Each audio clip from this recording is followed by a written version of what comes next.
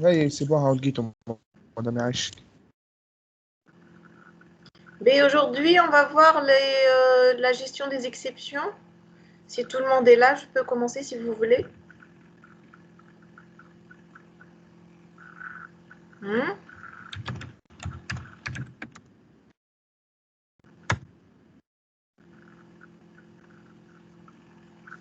D'accord, madame. Ouais.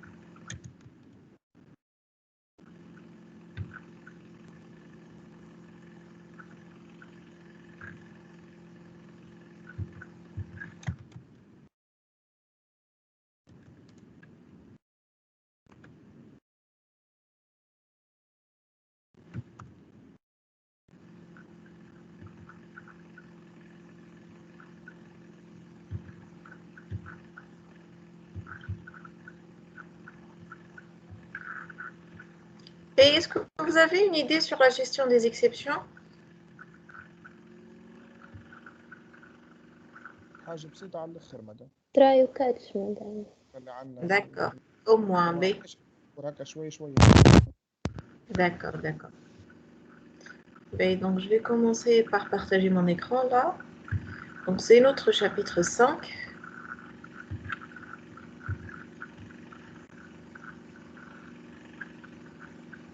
C'est bon? Vous arrivez à voir le desktop, hein? C'est bon. D'accord. Donc, dans ce chapitre, on va voir ce que c'est un objet throwable, ce que c'est le mécanisme du catch des exceptions. Je ne sais pas si vous connaissez également le terme clé finally. On va voir à quoi ça sert exactement. Il y a aussi le mécanisme de try with resources qui est valable à partir de Java 7. On va explorer avec un peu de détail les particularités par rapport aux objets throwable. Et finalement, on va voir comment créer des exceptions personnalisées. Et puis, on va clôturer ce chapitre par un lab, là où vous allez voir, en fait, vous allez créer vous-même vos exceptions et vous allez voir comment on utilise le try et le catch. Donc, je commence par ce que c'est un objet throwable. Donc, le scénario, quand est-ce qu'on a réellement besoin de ces objets-là, c'est lorsque un exemple, vous vous connectez à une base, mais elle est non fonctionnelle. Donc là, c'est un scénario d'échec que vous devez prendre en considération. Généralement, si vous n'effectuez pas un traitement par rapport à ceci, ça va engendrer l'arrêt brutal de votre programme.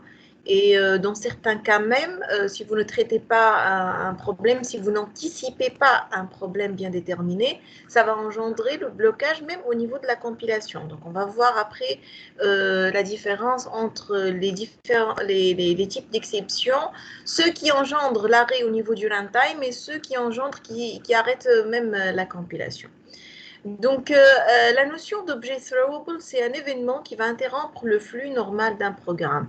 Donc, c'est un objet, c'est un événement qui va interrompre l'exécution normale, comme si aucune erreur ne se produit. Là, c'est le flux normal.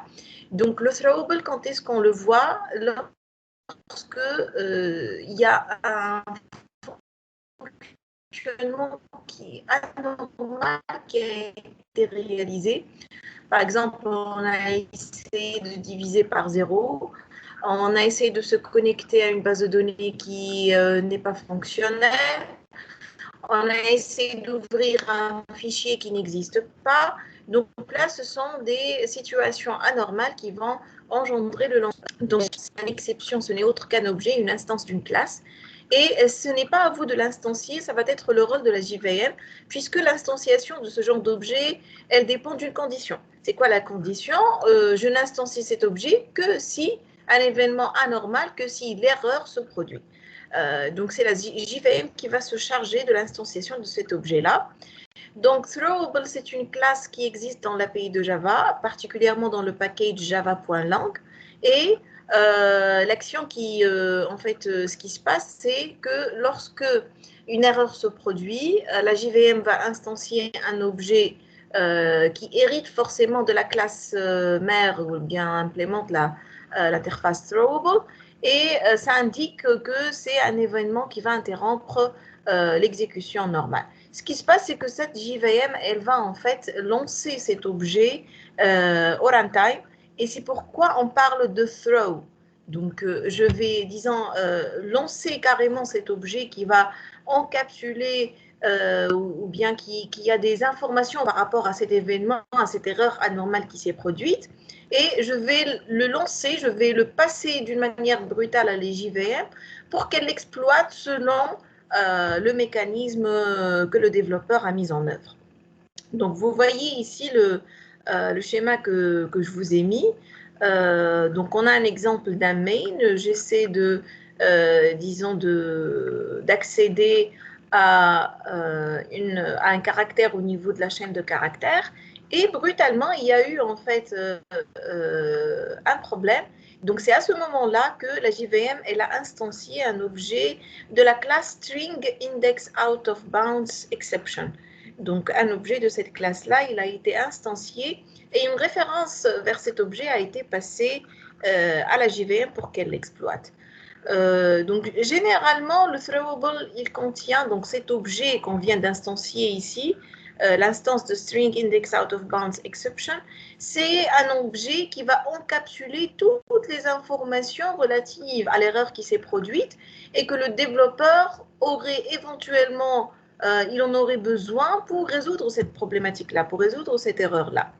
Donc, si on prend un peu du recul, il s'agit d'une capture, d'un snapshot du problème qui s'est produit. Il contient une description textuelle du problème. Donc, d'un côté, il va contenir, disons, une capture de la pile. Je ne sais pas si vous vous rappelez que lorsqu'on a parlé dans le premier chapitre, peut-être quand on a parlé de l'exécution au niveau de Java, on a dit que la JVM, quand elle va se lancer, il y aura une partie qui s'appelle tas et une partie qui s'appelle pile.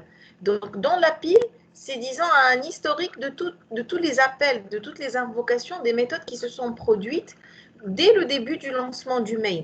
Et donc, le throwable, quand il va être créé, il va contenir une capture, une information sur cette suite d'invocations qui s'est déroulée jusqu'à arriver au lancement de ce problème, de cette erreur-là. D'accord?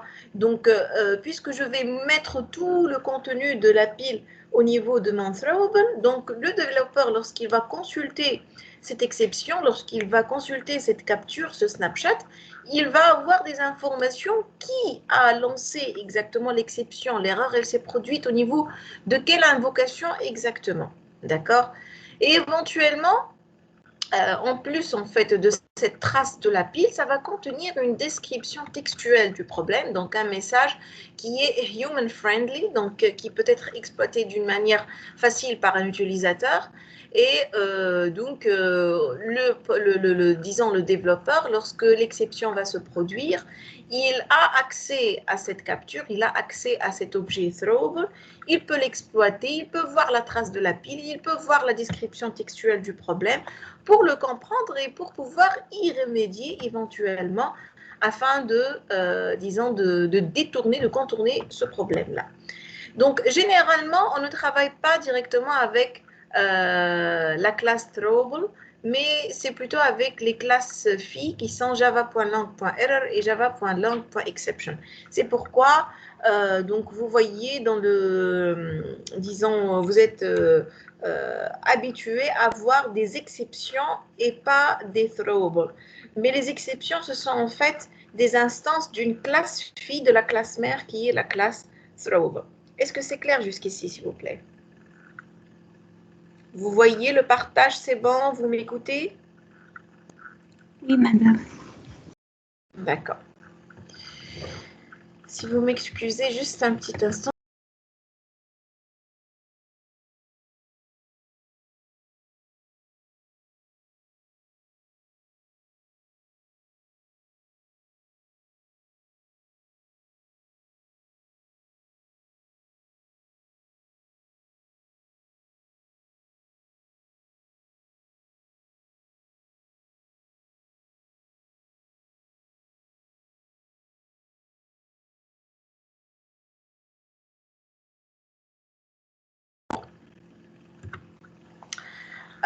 Donc, je poursuis. Il y a une différence en fait entre ces deux classes phi, que ce soit error, que ce soit exception. Donc, si vous essayez de voir au niveau de l'API, vous allez trouver une description en fait de error, de la classe error, de la classe exception, et vous allez trouver que il y a en fait une différence majeure, c'est le fait que les erreurs, ce sont des problèmes qui sont fatals, qui n'ont généralement pas de solution, tels que le out of memory au niveau de la JVM. Par exemple, le système, il est un peu limité au niveau de ressources physiques de la RAM. Donc, j'ai lancé la JVM. Il y a le programme que j'ai lancé, il crée des variables qui sont assez volumineuses, il crée beaucoup d'objets, il n'est pas optimisé. Donc, suite à la création, le garbage collector, éventuellement, sa période, elle est très, très longue. Donc, il y a un certain moment où il y aura en fait un crash de mon mail, de mon programme. Et l'erreur qu'on va voir, c'est out of memory. Donc, la JVM, elle ne dispose plus de mémoire au niveau de la RAM pour pouvoir instancier davantage, pour pouvoir continuer à exécuter le programme. Donc, ce genre d'erreur, c'est un problème qui est fatal, qui généralement va induire l'arrêt brutal de l'exécution de mon programme et je ne pourrai pas y remédier. Par contre, les exceptions, c'est un autre type en fait d'objet throwable, de classe throwable, disons. Ce sont des erreurs qu'on peut éventuellement corriger. Donc, des erreurs telles que null pointer exception, si j'essaie d'utiliser une peut-être variable qui n'existe pas, voilà, un objet qui n'existe pas. J'essaie d'accéder à une case au niveau d'un tableau qui n'existe pas, donc out of bounds exception. Qu'est-ce qu'il y a d'autre? Donc vraiment, il y a vraiment des exceptions qui sont déjà préconfigurées au niveau de l'API. Donc si vous consultez le java.lang, plus particulièrement sous dans le package Java, donc sous le java.lang exception, vous allez retrouver en fait beaucoup d'exceptions qui ont déjà été préconfigurées au niveau de l'API et que vous avez la possibilité d'utiliser, d'hériter pour créer éventuellement vos propres exceptions et on va voir ceci vers la fin de ce chapitre-là. Donc, vous pouvez créer, bon, c'est bon là, j'ai terminé. Maintenant, quand j'ai des exceptions, qu'est-ce que je dois faire? Déjà, regardez un peu le jargon qui est utilisé par Java. On dit throw une exception, donc on lance carrément. Donc, l'opération duale de ceci, donc qui m'a en fait un throw d'un ballon, on effectue le catch.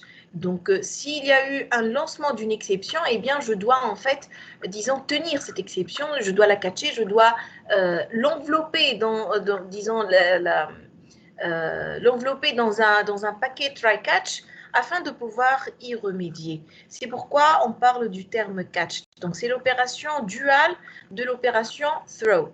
Donc, ça revient à faire quoi? Ça revient à, en fait, informer la JVM ou bien décrire à la JVM la manière avec laquelle elle doit réagir lorsque cette exception a été lancée. Donc, regardez ici un petit exemple. Supposez que l'index de str, donc là on a un string qui s'appelle str, il va jusqu'à 13. Et notez bien qu'au niveau de la ligne 4, on a char, ch, reçoit str.char@20. Le char@, c'est une méthode au niveau de la classe string qui me permet d'accéder au caractère au niveau de l'index 20. Mais puisque mon caractère, il ne va que jusqu'à 13, donc l'index 20, il n'existe même pas au niveau de cette chaîne de caractères. Donc, ça va automatiquement lancer une exception, string index out of bounds exception, et le résultat que je vais recevoir, ça va être l'arrêt de l'exécution de mon programme. Et au niveau de la console, je vais avoir en fait le nom de l'exception, et puis le contenu de la pile, du stack. Donc, on va vous dire que en fait, ça a été invoqué au niveau de java.lang.string au niveau de la méthode char@, et cette méthode-là, elle a été appelée au niveau du main en vous indiquant en fait le nom de la classe qui est la classe testString. Donc là, l'impression du contenu de la pile, ça va être au niveau de la console. Donc vous voyez bien que dans ce cas-là, il n'y a pas eu en fait, il y a eu le lancement d'une exception et ça n'a pas été traité. C'est pourquoi il y a eu en fait l'arrêt de l'exécution de mon programme. J'aurais pu éviter cet arrêt-là en ajoutant un try-catch. Donc si j'ajoute le traitement à faire lorsque cette exception se lance, je ne serai pas obligée de faire face à un arrêt brutal de mon exécution. Donc, regardez la deuxième version que je vous propose ici. Donc, j'ai englobé le tout mon bloc qui se trouve dans le main, dans un paquet try-catch, donc dans une enveloppe try-catch, pour dire, en d'autres termes, j'essaie de dire à la JVM, try, essaie d'exécuter ce bloc de code, ces instructions-là. Dans le cas du lancement d'une exception, eh bien, catch, tu dois retenir cette exception et voici ce que tu dois exécuter en contrepartie. Sinon, le cas échéant, donc, si ça marche, tu ne dois pas exécuter le contenu du catch. Donc ici, ce que j'ai effectué lorsque j'ai effectué le catch, c'est un system.out.println, hey, your strings is not that big. Donc, j'ai essayé d'informer le développeur, je lui ai dit, ton string, il n'est pas aussi grand que ça, tu ne pourrais pas accéder à un caractère de l'index 20 puisqu'il n'arrive qu'à 13. Donc là, c'est un exemple de traitement. Je peux faire bien sûr beaucoup ce que je veux au niveau du catch.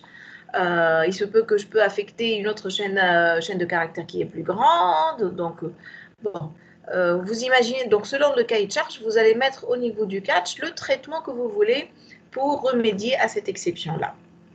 مدام Donc, oui. سامحني كي نبدا نخدم بسترينج ديما معناتها عندي كان سترينج اندكس اوت اوف باوند اكسبشن معناتها كان هذيك فما والا مثلا نجم يكون يعطيني دي تيب دوتر تيب ديرور مثلا كي نخدم بسترينج.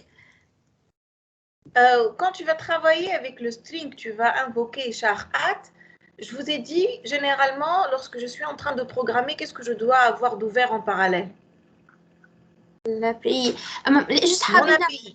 اي اما معناتها جست أنا سترينج باش هذيك ولا استناني شوي حتى كمل لك الجملة. كي تحل l'API نتاعك تقولي أنا باش نخدم string باش نعيط لchar@. La meilleure pratique à faire, je dois regarder char@. Est-ce que c'est une méthode qui est susceptible de lancer une exception ou la Allez, dans l'API, je trouve la description. Je trouve la description de cette méthode. Parmi cette description, je vais trouver cette méthode. Elle peut lancer quel genre d'exception? Il vous donne la liste des exceptions qui peuvent être lancées par cette méthode-là. Et donc, toi, en tant que développeur, puisque tu vas invoquer cette méthode, tu te dis, cette méthode, il est possible qu'elle me lance ce genre d'exception, donc je dois catcher ces exceptions-là. Est-ce que j'ai répondu à ta question? مادام بلي كيستيون اخرى انت قلت لنا نعملوا تراي كاتش مثلا كي باش تبدا فما بروبليم يتعدى اللي بعده لهنا حاطين سيستم اوت بوينت برينتلين افتر بروبلم يخرجها هذيك ولا لا ولا جوست يخرج من الكاتش تو من التراي كلها. Ben, tu as anticipé, j'allais parler de ceci. En fait, ce que fait la JVM, c'est que là où il s'est arrêté, char, ch reçoit str.char@. il y a eu lancement d'une exception. T'arrêtes de dire il a sauté en fait system.out.println after problem, il a sauté au contenu du catch. Donc juste après l'exécution du contenu du catch, il t'arrête exactement la première instruction juste li بعد le bloc try catch. ما ما يرجعش system.out.println after problem. مدام ميرسي وسامحني جست ماركة صغيرة تنجم تكبرنا الإكران ما تحط هنا بلان إكران لوحده. D'accord, ok. C'est bon maintenant? ما فماش حاجة وحلت يستنى الكونيكسيون شوية peut-être. Merci. C'est bon, merci. C'est bon, ça va. Voilà. Donc, la syntaxe, donc, si j'ai un bloc qui est susceptible de lever une exception ou bien de lancer une exception, ce que je dois faire, c'est l'envelopper dans une enveloppe try-catch. Donc, et au niveau du catch, je dois indiquer à la JVM qu'est-ce qu'elle doit faire, qu'est-ce qu'elle doit exécuter, quelles sont les instructions qu'elle doit donc mettre en œuvre pour remédier à cette exception. Regardez ici, comme argument à mon catch, qu'est-ce que j'ai passé? L'argument, il s'appelle comment? String index out of bound exception. ما تعطيت l'exception. Voilà, donc j'ai lancé, l'argument, il s'appelle E. E, c'est un objet, c'est une instance de la classe string index out of bounds exception. D'accord? Donc, ce qu'il y a au niveau du catch, le system.out.println, hey, your strings is not that big, ça va être exécuté dans quel cas exactement? Lorsque n'importe quelle exception se lance? Juste كان كيبدا عندي exception بالtype هذاك. Voilà, donc ce qui existe le catch, ça va être exécuté uniquement lorsque j'ai ce type d'exception qui a été lancé. Donc la JVM, qu'est-ce qu'elle fait réellement?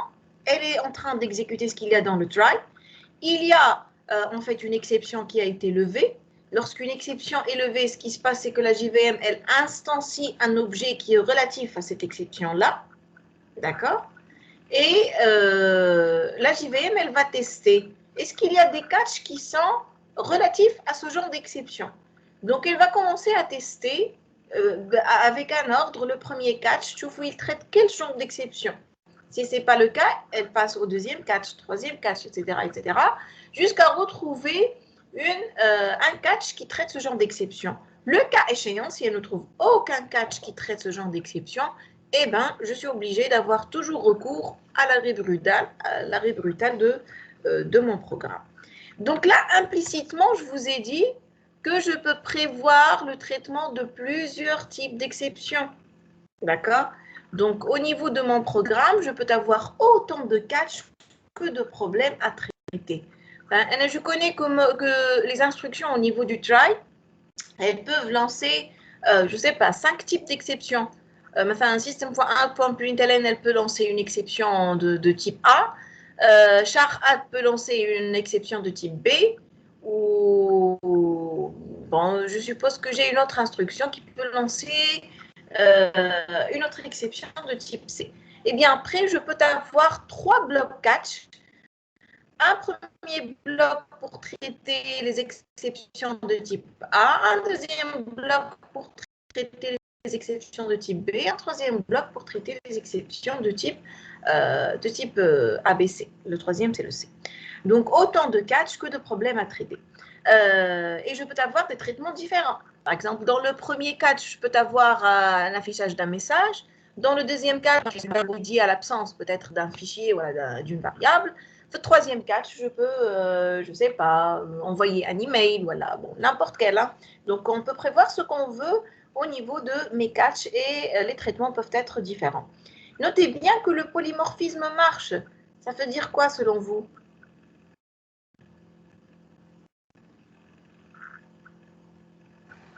Throwable. L'interface throwable. Regardez ici, j'ai un catch. Le deuxième catch, c'est un catch pour des types d'exception de null pointer exception. Imaginez que j'ai une exception null pointer exception qui a été lancée. ou peut-être j'ai une autre exception, c'est un string null pointer exception qui hérite de null pointer exception. À ce moment-là, même si je n'ai pas un catch qui est relatif à string null pointer exception, puisque j'ai un catch pour une classe mère de l'exception qui a été lancée, eh bien le contenu de ce catch va être exécuté. Est-ce que c'est clair? فهمتوني ولا؟ Oui, madame. Ben, parfait. Donc, regardez ici, l'ordre du catch, il est très, très important. Donc, généralement, la pratique qui est recommandée, c'est clôturer par un catch générique. On a dit tout à l'heure que la JVM, elle va essayer de tester catch par catch. Lorsque il y a une exception qui a été lancée, elle va tester le premier catch. Est-ce que ça englobe le traitement de ce genre d'exception? Sinon, je passe à voir le catch qui le suit, etc., etc. Une meilleure pratique lorsque je suis en train de traiter mes exceptions, c'est de mettre le dernier catch qui est un catch générique. La classe mère, la classe, disons, la racine de toutes les exceptions, c'est quelle classe?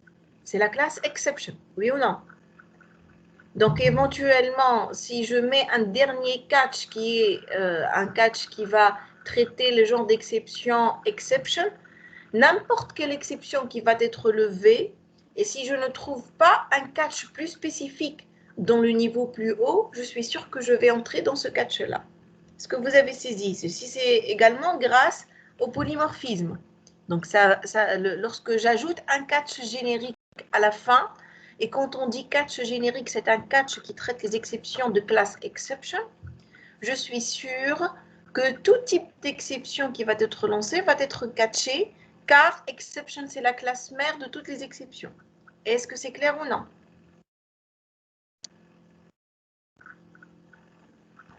Oui, c'est clair. D'accord. J'ai un dernier point par rapport à ces catchs-là. Imaginez que je mets le catch exception E en premier niveau. Donc, ça va être le premier catch qui va être mis juste après le try. Qu'est-ce qui va se passer? Théoriquement, la JVM, elle va tester, elle va trouver que le premier catch, il englobe toutes les exceptions. Je vais rentrer automatiquement au premier catch. Ça va masquer donc toutes les autres catchs spécifiques qui se trouvent au-dessous. Oui ou non?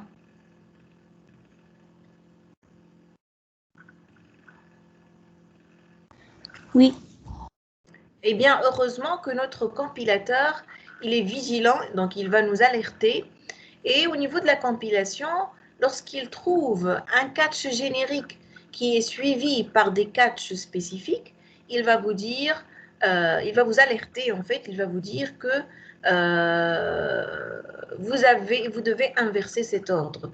Donc, il va vous dire qu'il faut plutôt aller du plus spécifique vers le moins spécifique.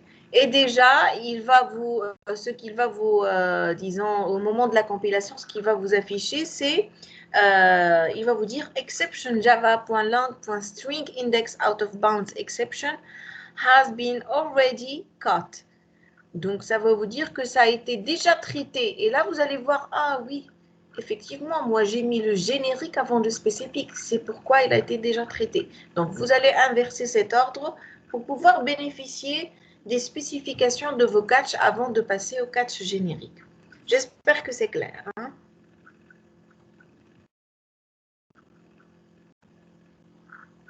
Je passe maintenant au terme clé finally. Regardez ici. Je vous donne ici un petit exemple. Donc, un main avec les lignes qu'on vient de voir. Et vous avez en fait, disons, j'ai essayé de... Non, c'est pas. J'ai essayé en fait de traiter le string index out of bounds exception et le null pointer exception. Ça fait quoi exactement?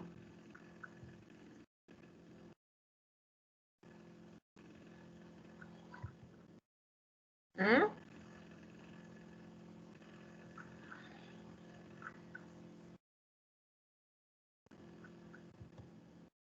Est-ce que vous voyez l'écran? Madame بلا تعاود لنا الكيستيون. Que se passe-t-il suite à l'exécution de ce code? Donc, vous avez un try avec des instructions au niveau de ce try. Et après, dans le catch, vous avez string index out of bound exception.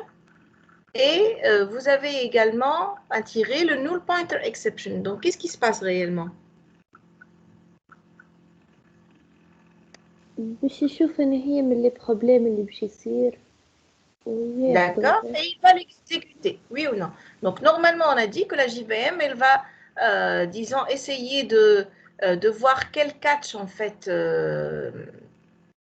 elle doit exécuter. Donc, elle va comparer la nature de l'exception qui a été lancée avec le paramètre du catch.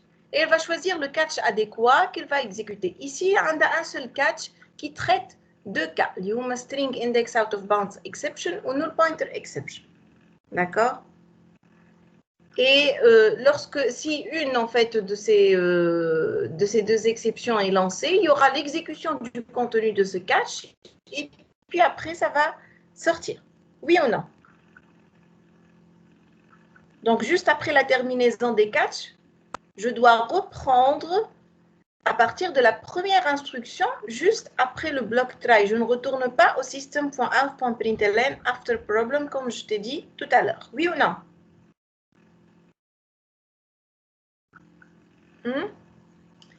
Le problème que je veux souligner à ce niveau, c'est que des fois, juste après, disons, après le déroulement de cette exception, il y a des ressources qui ont été maintenues, il y a une connexion qui a été ouverte, il y a un fichier qui a été ouvert, il y a un verrou qui a été verrouillé éventuellement. Et si je veux continuer l'exécution de mon programme, il y a des instructions impératives dans le bloc try-catch que j'aimerais bien qu'elle s'exécute coûte que coûte, même s'il y a eu une exception. D'accord? Par exemple, j'ai un verrou que j'ai retenu au niveau de mon bloc try. Quand il y a eu en fait le lancement de mon exception, il n'a pas été libéré parce que tout ce qui reste dans le try, il a été ignoré. Je suis sortie de ce try. Donc, si j'ai des instructions que j'aimerais bien qu'elles soient exécutées coûte que coûte, même s'il y a eu des exceptions qui ont été levées. Donc, j'aimerais bien que ma JVM, après qu'elle termine l'exécution du catch, et avant qu'elle sorte de mon, qu'elle exécute 2-3 instructions particulières. Par exemple, fermeture d'une connexion, libération d'un verrou, libération d'une connexion à un fichier, etc., etc. Eh bien, ce genre d'instruction, je dois le mettre dans le terme clé « finally ». Donc, toutes les instructions qui vont se trouver dans un bloc « finally », elles seront exécutées dans tous les cas de figure. Et donc, le résultat que je vais avoir est celui-ci. Donc, je vais avoir, disons, une exception qui sera levée au niveau de char ch reçoit str.char at 20. Donc, c'est une exception de type string index out of bound exception. Donc, je vais entrer dans le catch. Je vais exécuter system.out.println hey, your strings is not that big. Et après, ce qui va se passer, c'est que théoriquement, je vais sortir de tout ce bloc try et exécuter la première instruction qui se trouve après. Mais puisque j'ai inséré le finally, eh bien, il va entrer quand même au niveau du finally. Il va exécuter system.out.println say good night Grace. Et c'est à ce moment-là, juste après de cette instruction, qu'il va sortir et exécuter l'instruction qui va se trouver après le try. Est-ce que c'est clair, oui ou non? Oui, c'est clair, madame. D'accord. Donc, essayons de considérer les scénarios suivants. Donc, imaginez que je n'ai aucune exécution, aucune exception qui a été lancée. Qu'est-ce qui va se passer? Imaginez que la chaîne de caractères que j'ai dispose d'un index 20. Donc, il n'y a pas eu le lancement de cette, disons, de cette exception. Qu'est-ce qui se passe en fait? affiche before problem تحت madame. Juste un petit moment, Félix. Voilà. Je vais reprendre le partage, je m'excuse.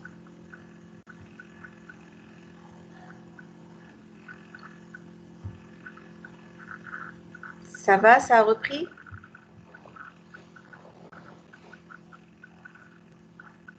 Donc, ça va afficher before problem. Ça va exécuter chstring.char add. Ça va exécuter après system.out.println after problem. Et puis après, est-ce que ça va exécuter le contenu du catch? Non. Non, puisqu'il n'y a pas eu d'exception. Est-ce que ça va exécuter le contenu du finally? Oui. Oui. Donc, je vais entrer au niveau de system.out.println et je vais sortir. D'accord? Regardez maintenant, imaginez que j'ai une exception traitée qui a été lancée. La chaîne de caractères FIAKEN index 13. Donc, quand je vais invoquer char at 20, qu'est-ce qui va se passer? يكمل after problem بعد يكزيكوت finally. لا after problem ما يكزيكوتيهاش. وقت اللي تبدا فما exception, ce qui va se passer, c'est que باش يدخل في وسط الكاتش, il va afficher hey your string is not that big. ومن بعد يمشي الفاينلي كمان. مادام قلت لي انت كيف ما فماش اكسبسيون. لا قلت لكم فما exception. ايه داكور ايه الكاتشي بعد لو احنا في question 2.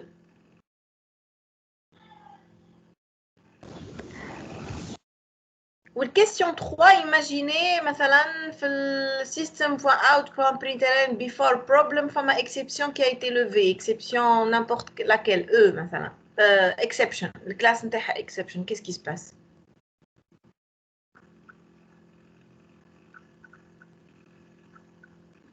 حتى واحدة ما باش تعمل خاطر باش يولي Il y a eu la rupture, il va y avoir en fait la rupture brutale de notre programme. Hein. مش باش يلقى un catch qui est relatif ou fine ne sera pas exécuté, donc ça va sortir carrément. D'accord? C'est clair pour tout le monde?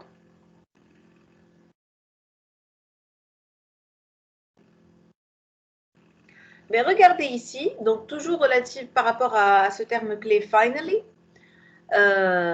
Généralement, ce qu'on met dans le finally, comme je vous ai dit tout à l'heure, c'est des fermetures de connexion, c'est une libération de ressources.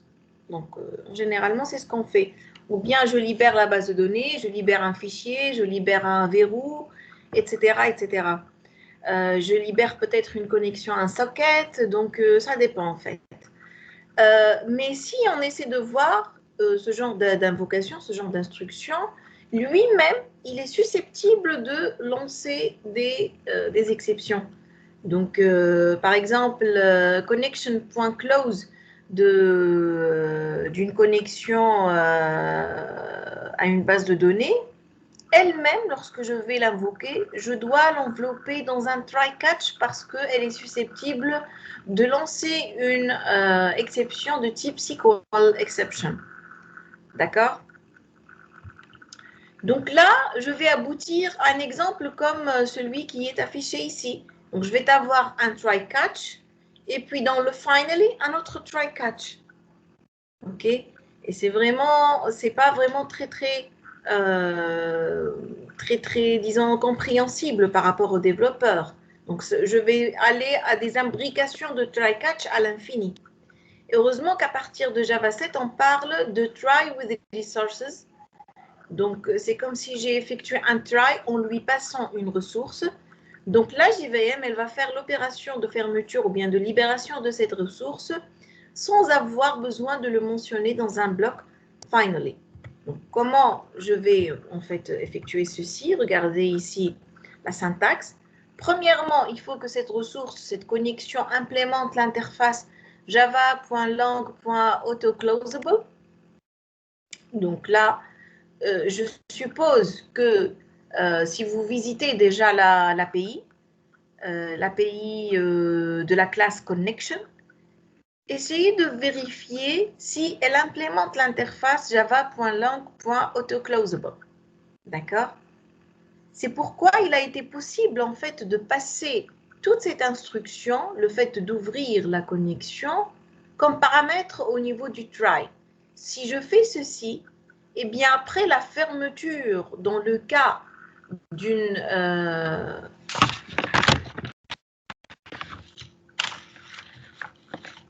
dans le cas d'une exception, la fermeture de cette connexion, il va être effectuée.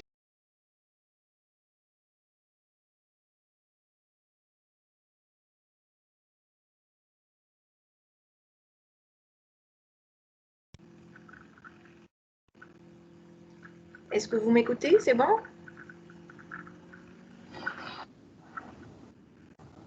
Oui, madame.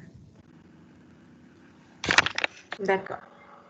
Donc, à partir de Java 7, il est possible de passer en fait cette ressource comme paramètre au niveau du try. C'est pourquoi on parle de try with resources.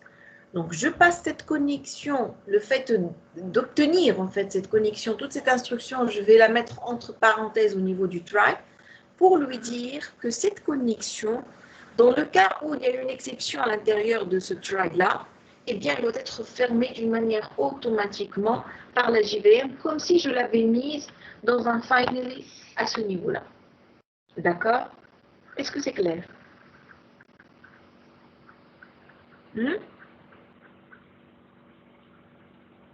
مدام سامحني أنا ما فهمتش بالكدا معناتها كي نحط له مثلا بارامتر حاجة ما تجيب كونيكسيون هو يولي واحد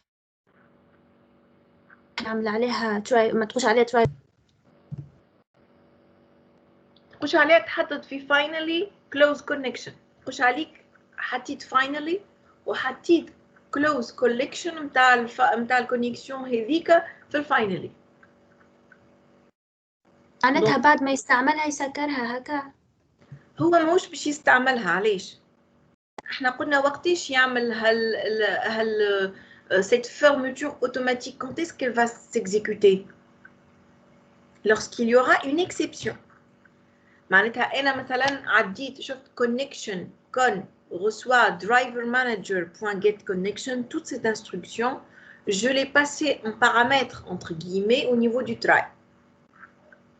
C'est comme si je lui ai dit à ma JVM, cette ressource-là, s'il y a une exception au niveau du try qui va venir après, au niveau des instructions, cette ressource, tu dois la fermer automatiquement avant de continuer l'exécution du reste du programme. Tu dois la libérer.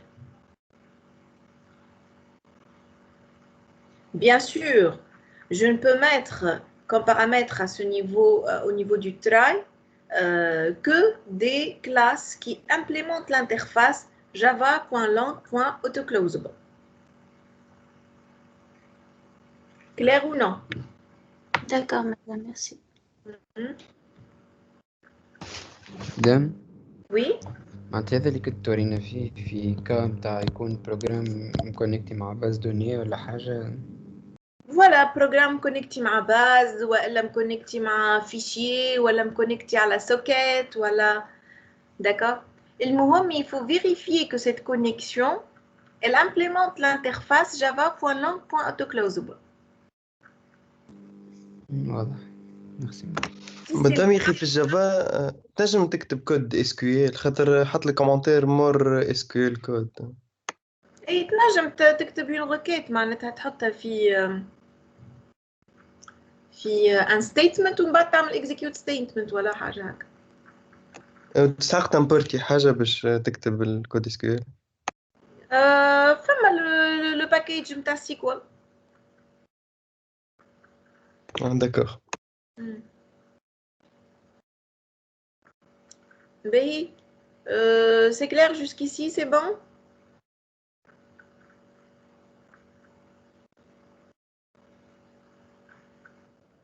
Donc, si j'essaie de résumer, je peux avoir try, catch, finally.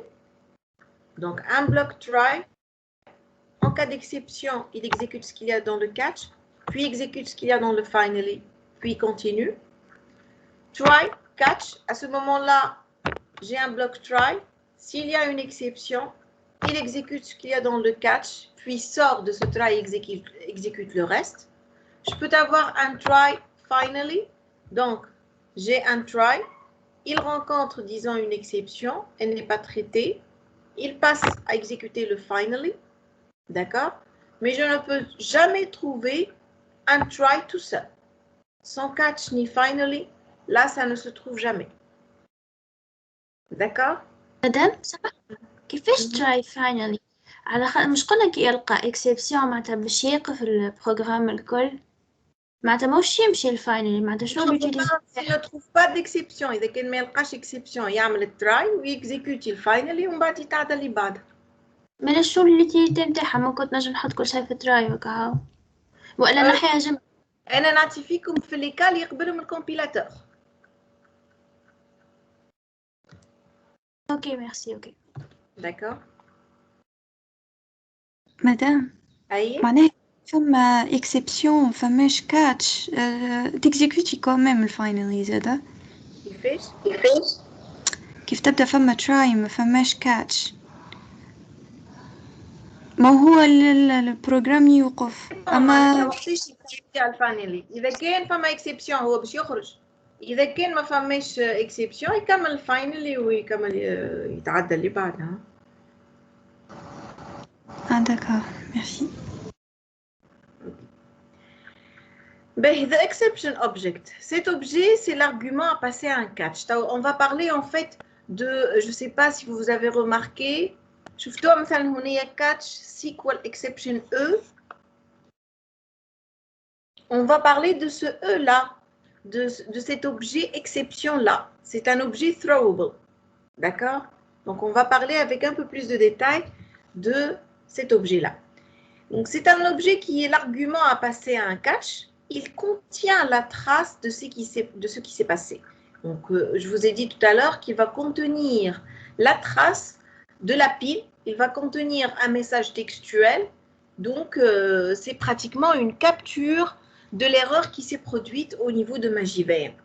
Et ce genre d'objet-là, il nous offre des méthodes qu'on peut invoquer là-dessus pour consulter ces infos. Donc, je peux avoir le get cause, ça va me retourner la cause de cet objet. Je peux invoquer le get message, donc ça va, disons, me retourner un message textuel qui décrit la raison de l'instanciation de cet objet-là. Je peux invoquer le get stack trace, ça va m'imprimer, disons, la capture de la pile, c'est-à-dire la chaîne d'invocation des différentes méthodes jusqu'à arriver au lancement de cette exception-là. Et je peux invoquer éventuellement le print stack trace. Ça me permet en fait d'orienter le résultat de la capture de la pile à un fichier ou à on utilise surtout ceci au niveau du logging. D'accord? Donc, le développeur, s'il veut consulter toutes les informations concernant l'exception qui s'est déroulée, eh bien, il peut invoquer l'une de ces méthodes-là au niveau de l'objet exception pour avoir toutes ces informations-là. C'est clair?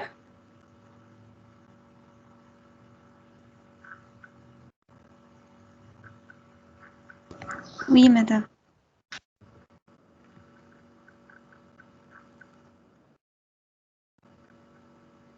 Donc, regardez ici.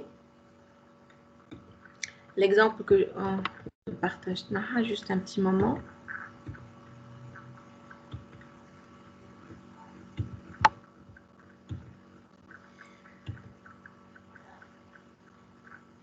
Donc, regardez ici, au niveau, donc il y a eu la création de E, qui est le String Index Out of Bounds Exception. Au niveau de mon catch, ce que j'ai fait, c'est system.out.println problem in main, puis j'ai invoqué E.getMessage pour afficher le message textuel. Et puis, j'ai demandé l'affichage de la trace de la pile. Donc, ce qui m'a affiché, c'est la description textuelle, donc problem in main, string index out of range. Et puis, il m'a affiché la liste des invocations. Il m'a dit que ce qui s'est passé, c'est qu'il y a eu l'exécution du main. À l'intérieur du main, il y a eu l'invocation de char-at. Et au niveau de ce char-at, c'est à ce moment-là qu'il y a eu le lancement de l'exception de string index out of bounds exception. Et des fois, je sais que vous êtes familier avec ça, on obtient une longue liste, une grande chaîne d'invocations jusqu'à arriver à notre exception. Donc, à partir du main, qui a invoqué qui a invoqué i, jusqu'au lancement réel de mon exception. Et ceci, ça nous aide énormément pour remédier à ce problème. D'accord? Donc, on sait exactement à quel niveau il y a eu la création de cet objet exception et comment on doit faire pour éviter en fait la création de cet objet-là. C'est bon? C'est clair?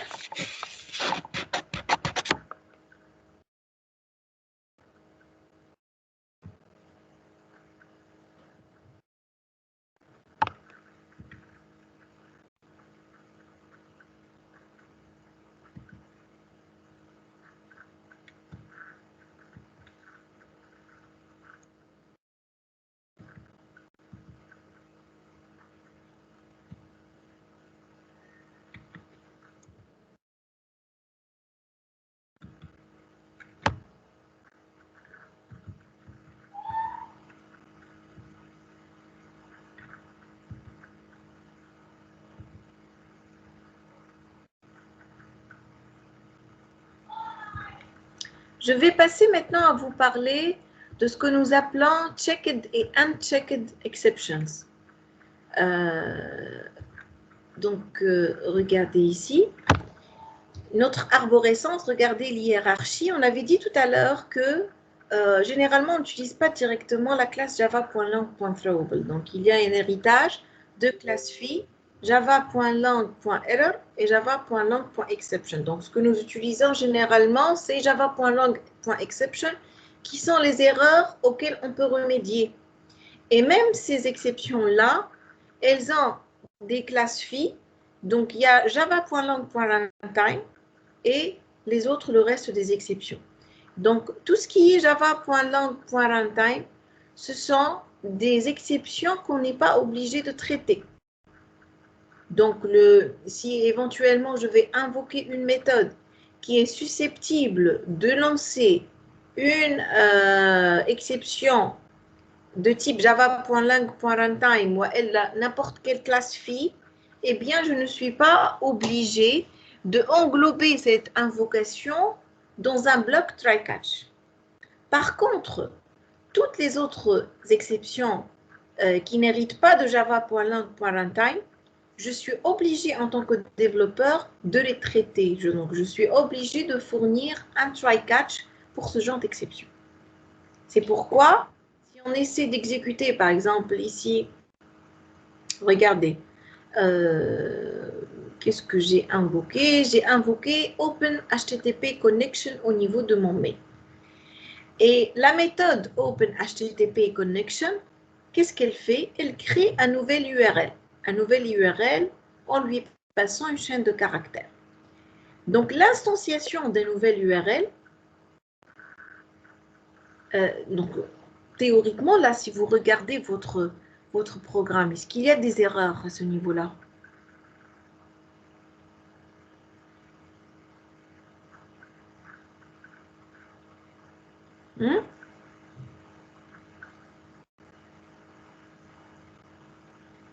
Oui, فما erreur. اللي هي شنية؟ Je vois la syntaxe qui est impeccable. Donc, j'ai pu appeler OpenHTTP Connection Bleach instanciation d'objet Khatara, c'est une méthode statique, donc c'est bon. J'ai créé URL. Je ne vois pas. Essayez, s'il vous plaît, de voir l'API. De voir l'API de la classe URL, s'il vous plaît.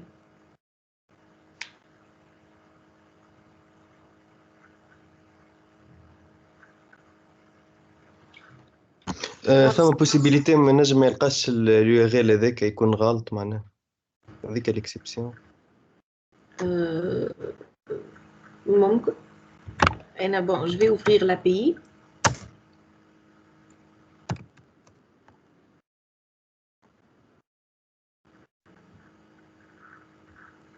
Oui. Je vais vous partager. Je vous m'envoie.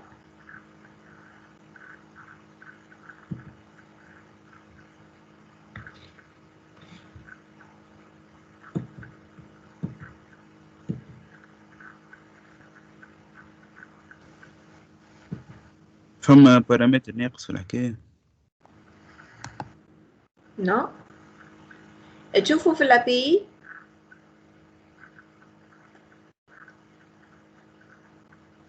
Tu fais où elle est?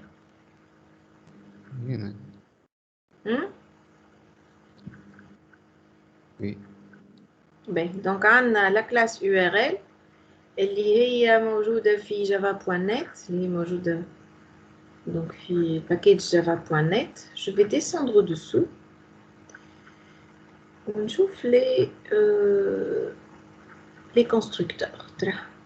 On a invoqué le premier constructeur اللي نعدي له un string, oui ou non. Donc راني حليت. شوف, regardez ici la description de ce constructeur. Lisez. Public URL reçoit string spec ومن بعد la ligne اللي بعدها شنو هي؟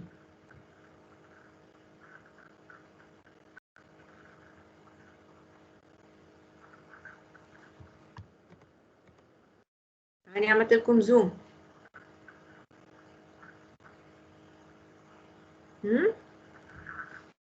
La ligne هذه شنو هي؟ Regardez.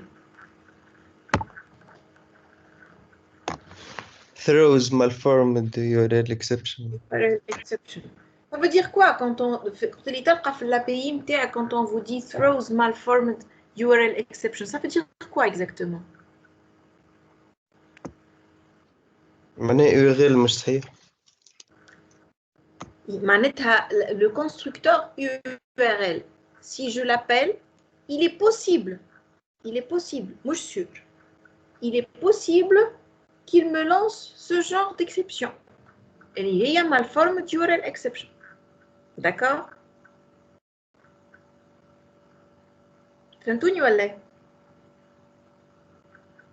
Tout à l'heure, on avait dit la première question de Hedi, la première partie. Madame, qui fait string, elle lance ce genre d'exception. Je crois que quand tu es en train de programmer, tu regardes l'API. Si tu trouves qu'il y a une méthode que tu vas utiliser, que tu vas invoquer, qui est susceptible de lancer une exception, là, tu comprends que tu dois l'invoquer à l'intérieur d'un bloc try-catch. Maintenant, le problème avec l'exemple que je vous ai présenté, c'était quoi? Il y a un seul problème. J'ai appelé le constructeur URL, et l'API, elle m'a dit qu'il est susceptible de lancer une exception, et je n'ai pas prévu un traitement pour ce genre d'exception. Et c'est une exception checked. C'est une exception que je suis obligée, à laquelle je suis obligée de fournir un traitement. Déjà, si je reviens à mon API, je vais essayer de consulter cette exception. Il y a malformed URL exception. Elle hérite de qui? On est à l'arborescence. Malformed URL exception. Elle hérite de IO exception qui hérite de java.lang exception. Elle n'hérite pas de Java. شكون الأخرى؟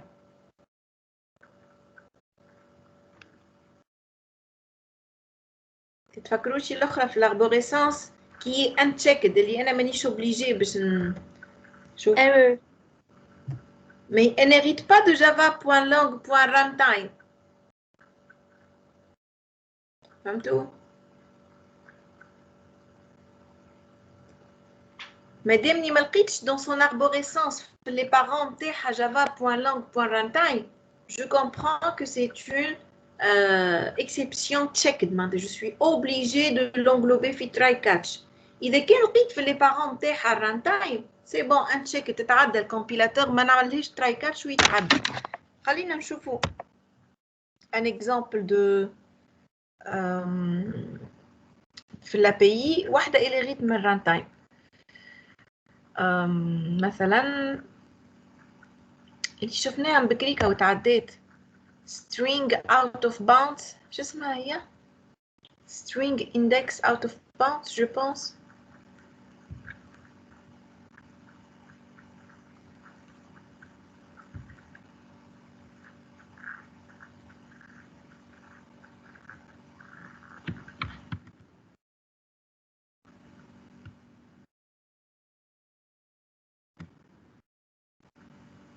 هذا اندكس كبير، خلينا نمشي للغشيرش خير لي.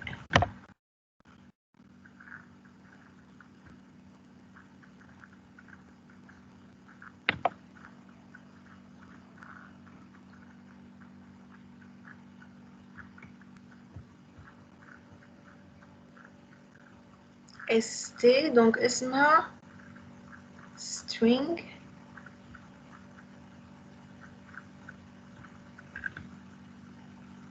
شو اسمها هي؟ string index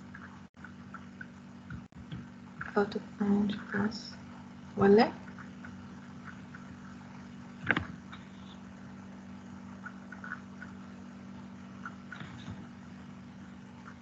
في الكلاس string في شرحات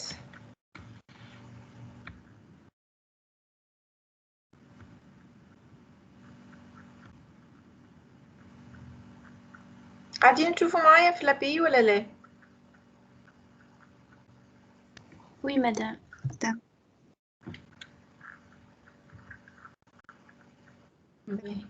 Donc هذه هي شرحات. regardez ce qu'elle peut lancer. Index out of bounds exception. خليني نمشي نشوف l'arborescence نتاعها. Regardez les rides de qui? Java.lang.runtime exception. Donc c'est une exception qui est unchecked. Donc je ne suis pas obligée de la traiter. Regardez ici, extends runtime exception. C'est bon?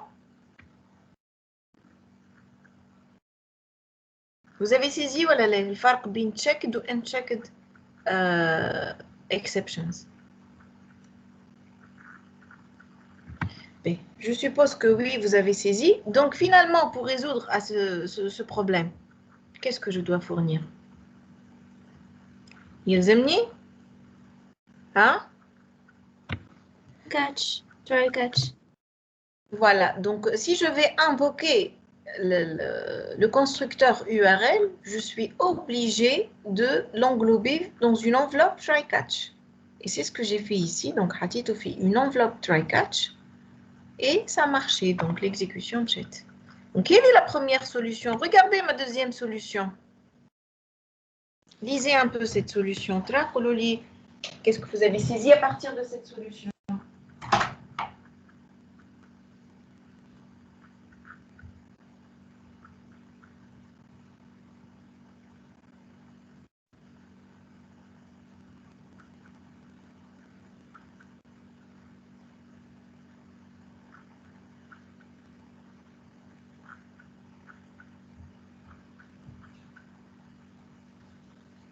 Alors, la deuxième solution, elle consiste en quoi exactement?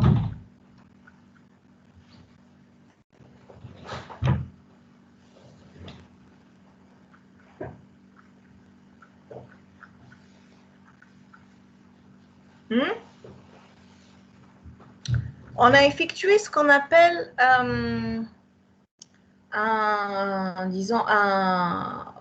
une délégation de l'exception ou un relancement de l'exception. Un Open HTTP connection, elle est susceptible de lancer une connexion à l'appel new URL. Au lieu de mettre le try catch au niveau de Open HTTP connection, j'ai juste indiqué au développeur celui qui va éventuellement appeler ou invoquer cette méthode-là. Je lui ai indiqué qu'il est susceptible de lancer le malformed URL exception qui m'a amené à l'API. Et à l'API, ce qu'elle a fait, c'est qu'elle m'a dit que URL, le constructeur URL, throws malformed URL exception. Alors, cette URL, il est susceptible de lancer cette exception. Donc, si tu vas l'invoquer, tu dois l'englober fit try catch. Moi, je l'ai invoqué au niveau d'une méthode. mais je ne veux pas fournir une solution à ceci. Et je vais une méthode OpenHTTP Connection. Celui qui va l'invoquer, le développeur, il se charge du try-catch. Eh bien, ce que j'ai fait, c'est informer le développeur que l'invocation de cette méthode-là, il est susceptible de lancer une exception. Donc, it might throw an exception. Donc, throws malformed URL exception. Après, il va l'invoquer. À ce moment-là, il est obligé de l'envelopper dans un try-catch et résoudre ce problème-là. Donc, deux solutions. Ou bien, j'englobe le tout fit try-catch, ou bien, je délègue l'exception pour celui qui va l'utiliser à la fin. Celui qui va invoquer filmer, obligé de traiter cette exception. C'est bon? Est-ce que c'est clair? Deux solutions différentes. C'est bon ou non? Ce genre de solution, la solution 2, il est très très utile lorsqu'on est en train de créer des API pour les autres, de créer des méthodes génériques, là où le traitement il va dépendre du cas d'utilisation. Donc, comment il veut traiter cette exception-là. Donc, je vais, disons, déléguer la tâche du traitement de cette exception à l'utilisateur final. Il connaît en fait le cas d'utilisation, il connaît le contexte, etc. etc. C'est clair, s'il vous plaît?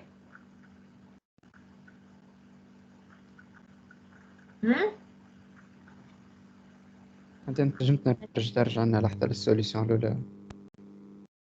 ايوه هاي solution الأولى. Solution الأولى au niveau de OpenHTTP connection وقت اللي فما l'appel نتاع l'URL l'appel هذاك حطيته في try catch وعطيت un traitement pour ce genre d'exception اللي هو hey the URL isn't correct. L'affichage نتاع الميساج هذا. Éventuellement, si moi je ne veux pas en fait traiter l'exception, surtout si je ne connais pas le cas d'utilisation, le cas de figure réel, donc on peut OpenHTTP connection throws cette exception et celui qui va l'invoquer filmer, eh bien il doit fournir un try catch. مادام يا اخي في السوليسيون الاولى معناتها ينجم يكون فما اكسبسيون اخرى معناتها ما اوبليجيتش عليه كيما هنا قلت له ثروز واحده معينه معناتها ليه جوست معناتها في السوليسيون الاولى je l'ai traité في السوليسيون الثانيه je l'ai délégué. ينجم يكون celui qui a écrit OpenHTTP connection هاني باش نفهم لكم. Celui qui a écrit OpenHTTP connection et celui qui a écrit le mail, je me connais deux personnes différentes. Et là, par exemple, j'ai créé une méthode OpenHTTP connection. Et là, je suis un développeur. Je suis une équipe. Et juste à mettre la méthode هذيك.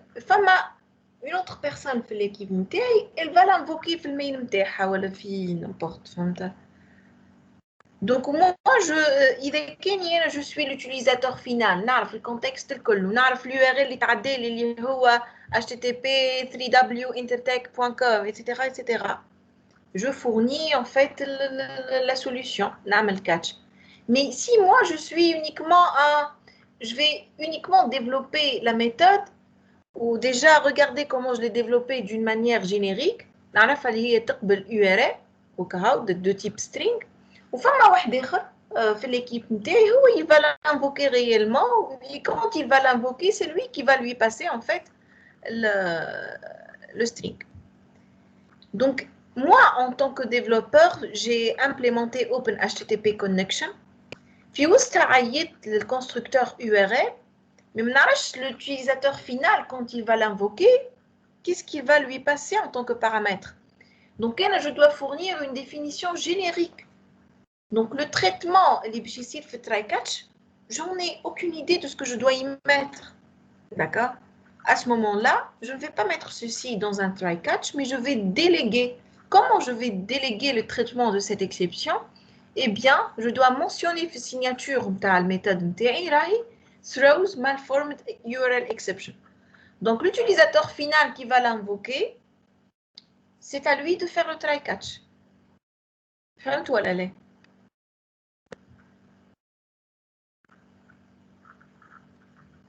Est-ce que vous avez saisi la différence ou non? Oui, madame, ça va. Ben, je passe maintenant à mon dernier slide. Lorsque je vais créer une exception. C'est surtout le cas, les exceptions qui ont été déjà mises sur l'API, ce sont des exceptions génériques et surtout liées à des aspects de programmation. مثلا, faute l'index, fichier qui n'existe pas, une connexion NAS qui timeout, qui n'a pas été établie. Donc, ce sont toutes des exceptions relatives aux aspects de programmation. Mais les exceptions de nature métier, elles ne sont pas en fait implémentées au niveau de l'API. Donc, c'est aux développeurs de les créer. Imaginez par exemple, il y a une application bancaire où quelqu'un via l'application, il a invoqué fait effectuer des virements avec un nom qui existe dans le compte bancaire. La sélection qui est la nature du cas d'utilisation. NFI compte, ou un débit ou crédit, ou des montants, ou je compare, etc. etc. Ou alors un chèque avec un montant qui est au-dessus du montant existant sur le compte. Donc là, en tant que programmeur, je vais créer en fait des exceptions qui sont liées à la nature métier de mon application. D'accord? Donc, je vais créer mes exceptions qui vont hériter de la classe exception.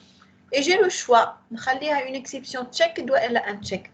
Comment j'ai ce choix-là? Comment je crée une exception qui est checked ou une exception qui est unchecked?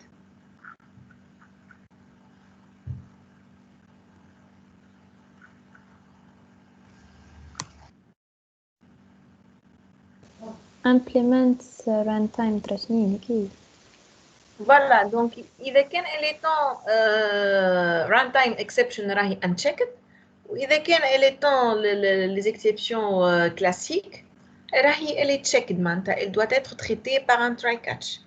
D'accord? Donc regardez ici, في application bancaire, j'ai créé une exception qui s'appelle overdraft exception qui étend la classe exception. D'accord? Donc, théoriquement, elle est checked puisque ma femme est runtime exception. Et au niveau de cette exception, il y a en fait le constructeur de cette exception, اسمه overdraft exception, auquel je passe un message.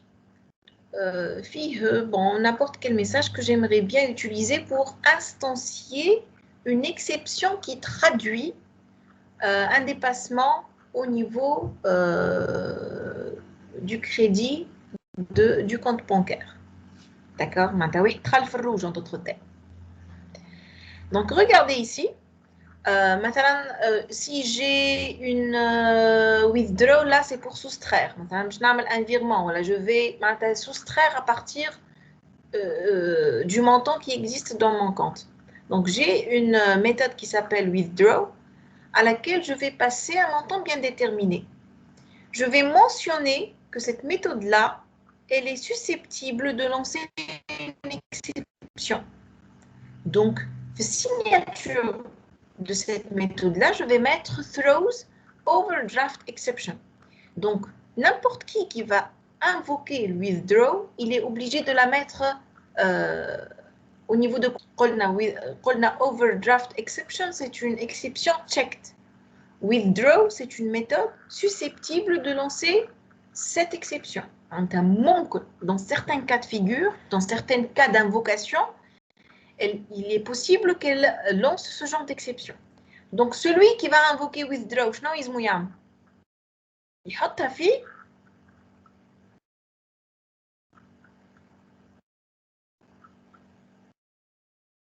try catch. Exactement. مثلا أنا في الميل متاعي j'ai invoqué withdraw, forcément راهي في وسط bloc try catch. Pourquoi?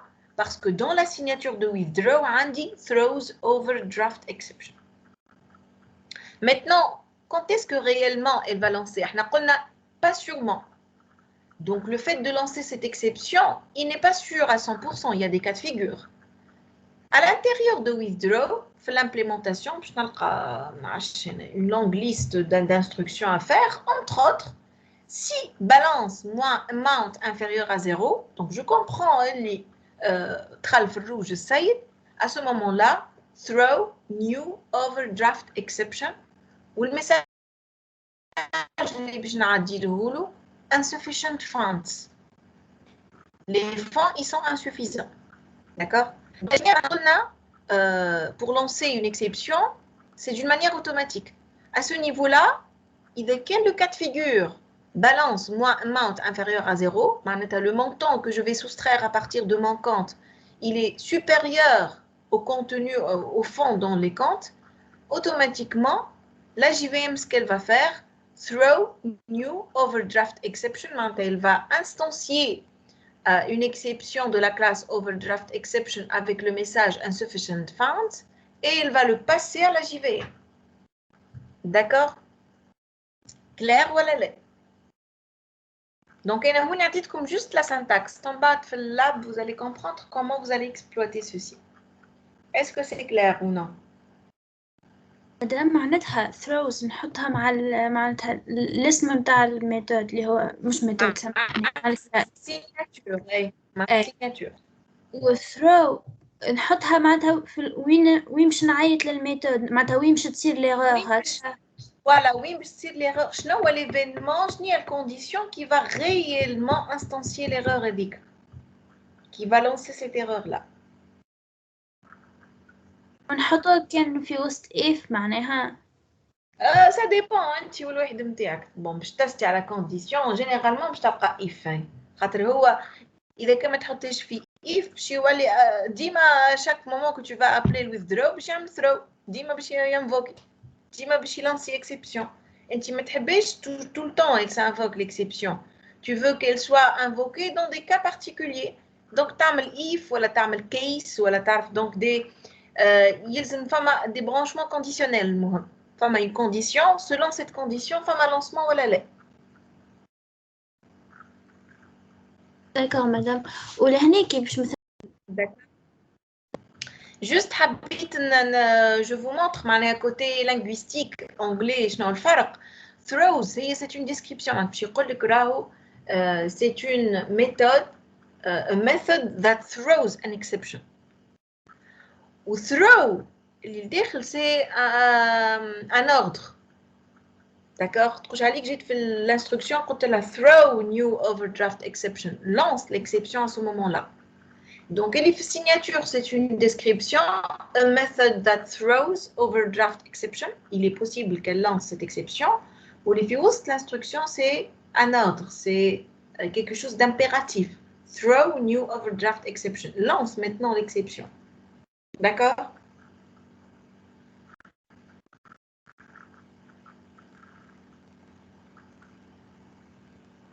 C'est bon, Hadil?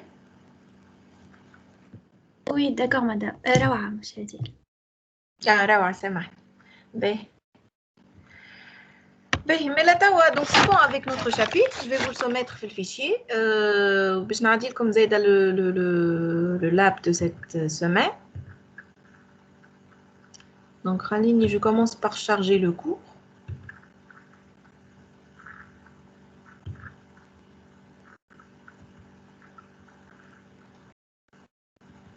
J'espère que tout est clair, hein?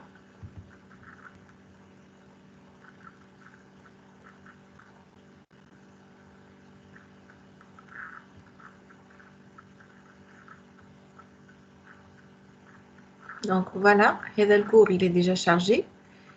Je vais passer côté devoir maintenant. Donc, on avait travaillé sur quel lab? 13-14, je pense, hein? 13-14.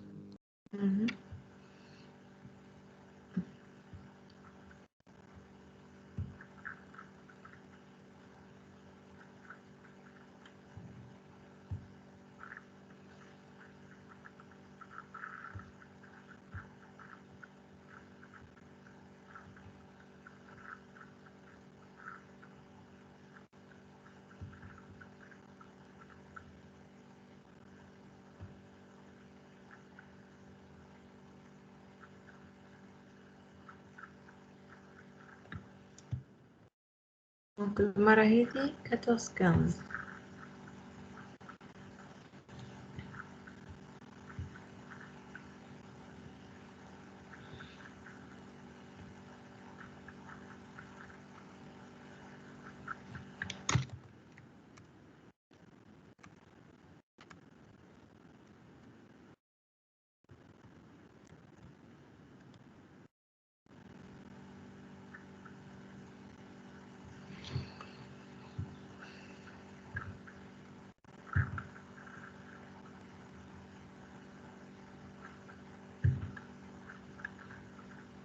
Ça va être toujours le mardi, les séances. Hein?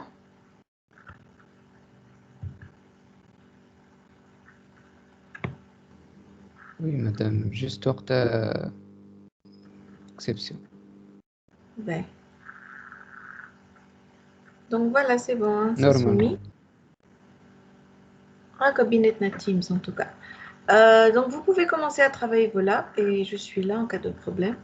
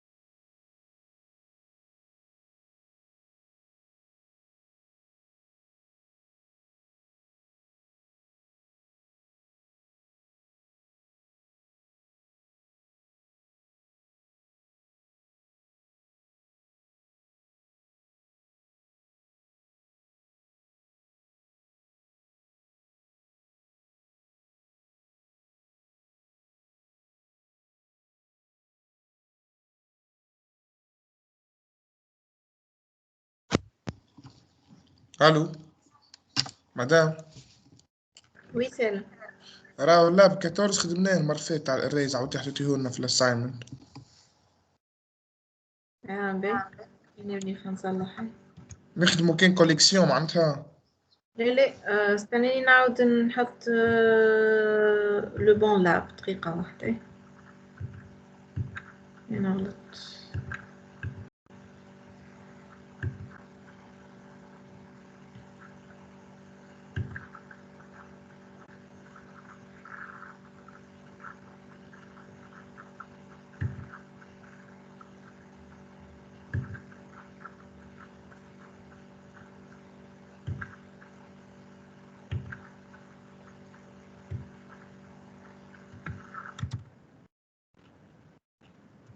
اليوم collections و more about collections.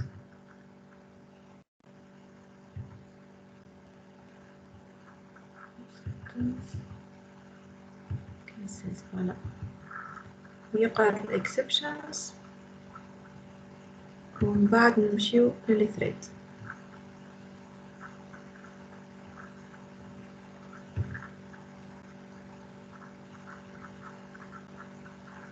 Voilà, c'est bon. Il y a eu la mise à jour. Hein.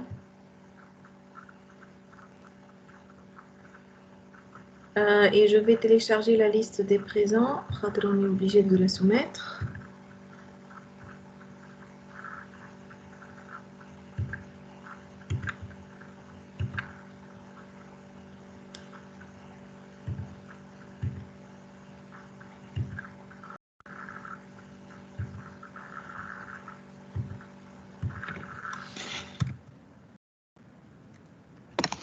مدام قداش فما من لعب الكل في الكل؟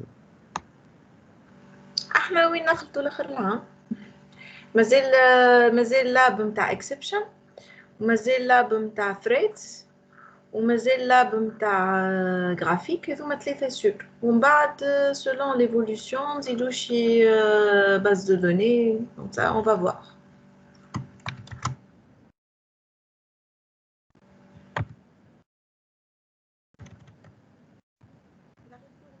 وقتاش هو؟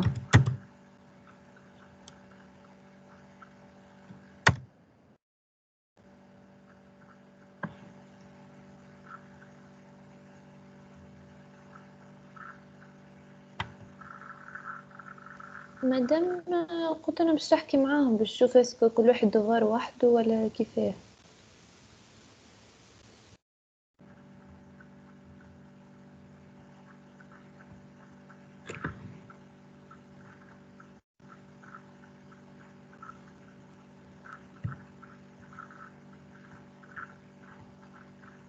تيوريكمون كل بروف يبروبوزي على روحو معناتها.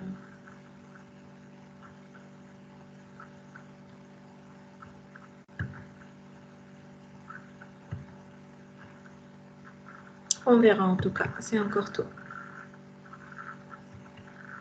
اما براتيكمون نفس الدفور. كيفاه؟ نورمالمون نفس الدفور خاطر كي يفرقونا من بعديك يفرقونا على كلاسات ويدخلوها بعضها معناها مش جروب 1 وحده وجروب 2 وحده. هو اكزامان تي بي دونك انا اللي نعدي لكم فماش اكزامان في السيونس دي ما اكزامان. فماش اكزامان مادام. والله هكا قالوا لي انا سي لا بروميير فوا كو جونسيني النيفو جي ال 2. اوكي ما الاحسن. دابيتود عندي سيرتيف جافا معناتها في الكاتريام وكل دونك نعرفش دوزيام اني. سي عبد الرزاق هو اللي يلي. Bon, toutes les manières, je consulte avec les gens qui ont plus d'expérience chez le département, il va trancher.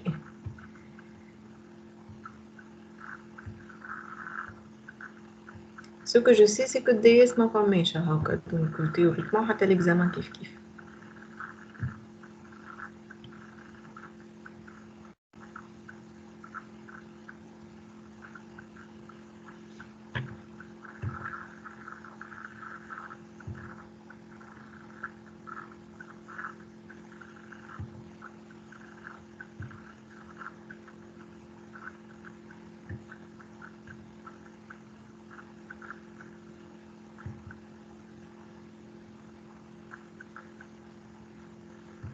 اليوم le 20, donc 27 j'imagine.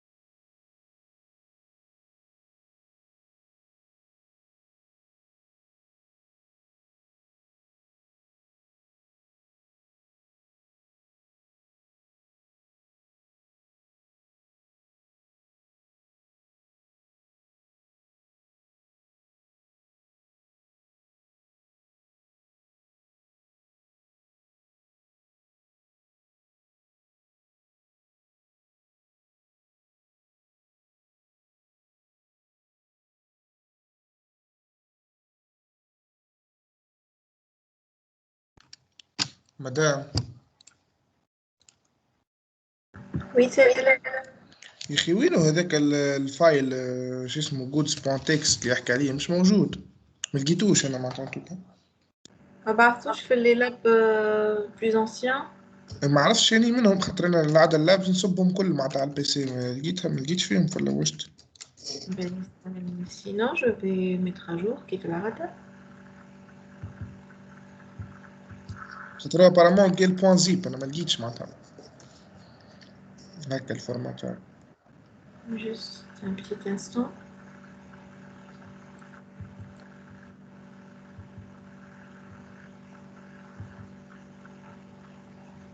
Ah, goods.txt.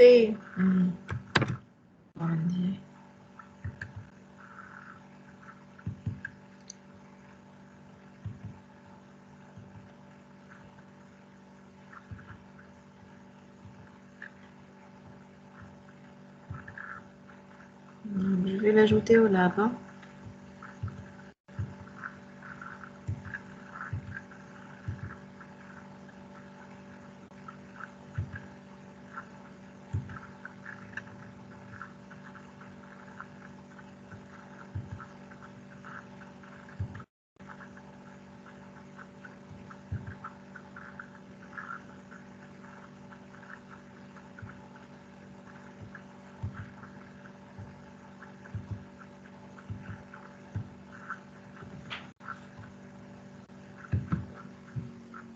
C'est bon, ça a été chargé. Hein.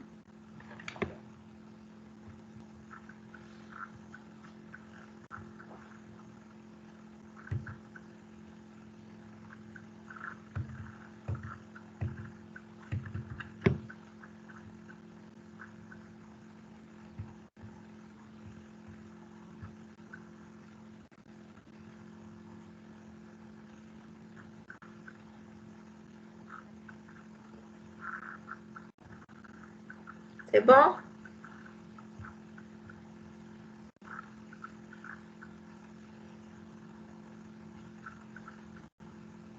ما لقيت شيء مدام نزل.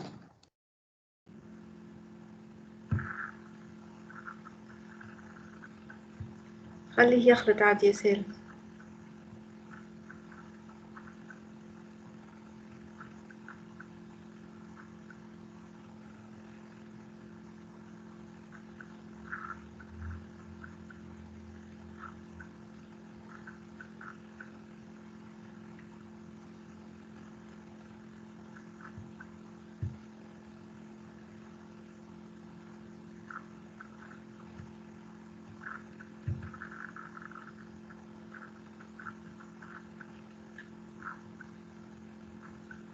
Seul chez. Voilà, pas encore. Au niveau de devoir, Yassel.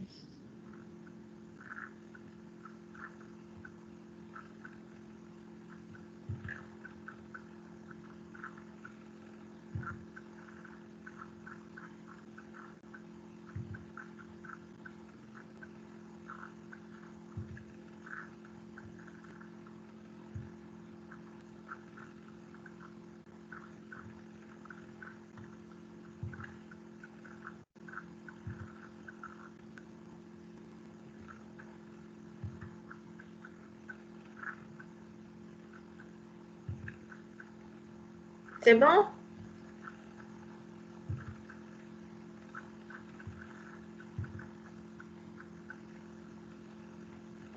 Oui madame c'est bon ها لقيتو ماشي.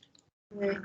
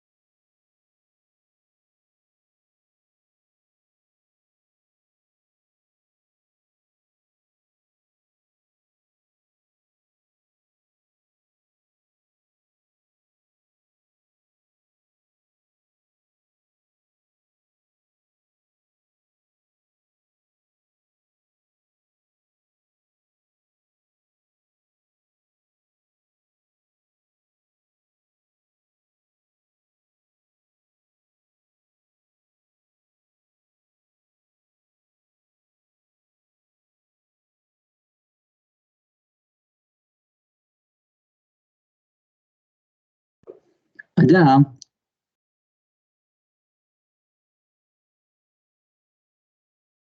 Oui. مادام هاو الجروب دو قالوا توا ما نقراوش نفس الحكاية apparemment خاطر يقراو في الانترفاس جرافيك والمانيبيولاسيون دي فيشي Oui, oui, c'est pourquoi j'ai عندهم demandé. كتاب قالوا قاعدين يتبعوا فيه. Oui, c'est pas un problème en tout cas. Mais alors, je sais pas il y aura un examen commun ou la c'est pourquoi j'ai demandé le contenu pour coordonner. Au cas où il y a des choses qui manquent, on va les faire. مادام ممكن الاكزامان تي بي مش كيف ما في بالي فما اكزامان اكري معناها ونورمالمون الاكزامان تيوريك نفسه يبدا معناتها سور بابيي خاطر باش احنا ديجا نبداو في مقسمين في التعديه ما نبداوش مقسمين باللي جروب معناها نعرف ما examen écrit je suis pas sûre اللي فما ولا لا هذاك علاش في بالي في سوبرات كل عام فما قالوا فما بكري شكون قال وعلاش ديس ما فماش خاطر هو اتولي ما عندناش فيه معناها هو هذا الكور اللي نقراو فيه.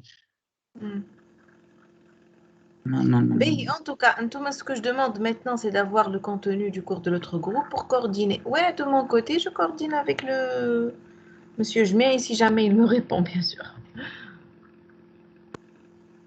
Ok. مادام انت بعثتوا على الميل بيرسونيل ولا متاع الانسات؟ اللي يبعث عليه الشيف ديبارتمون هو بيدو.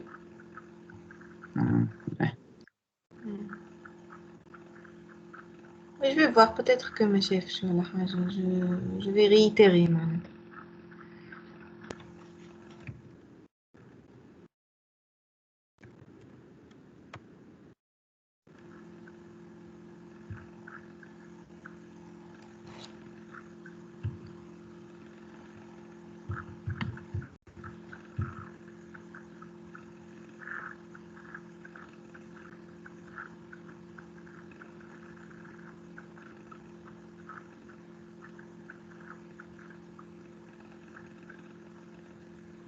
Et un examen et une note de TP. Tout à fait circulaire.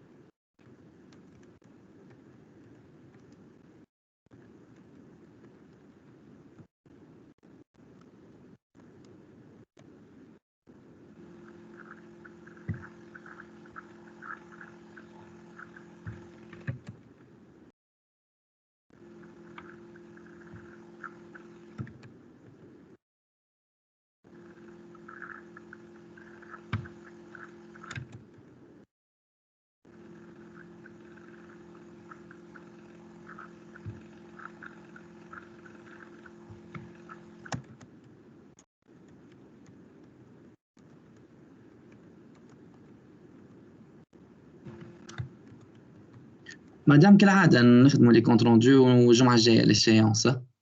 Bien sûr, ouais. معناها كملنا مدام. Oui, déjà, vous m'avez fait au 15h23, 14h23, c'est bon. Et la séance de 2 heures, voilà. اي تولي دو 2 heures. 2 heures. Voilà, donc c'est bon. Merci madame عايشك. Vous terminez vos labs, vous voyez le compte rendu comme d'habitude, hein, parce que la semaine prochaine, ça va être un nouveau lab. باهي واضح مدام عايشك. سلام. Ok. J'ai taïba à tout le monde.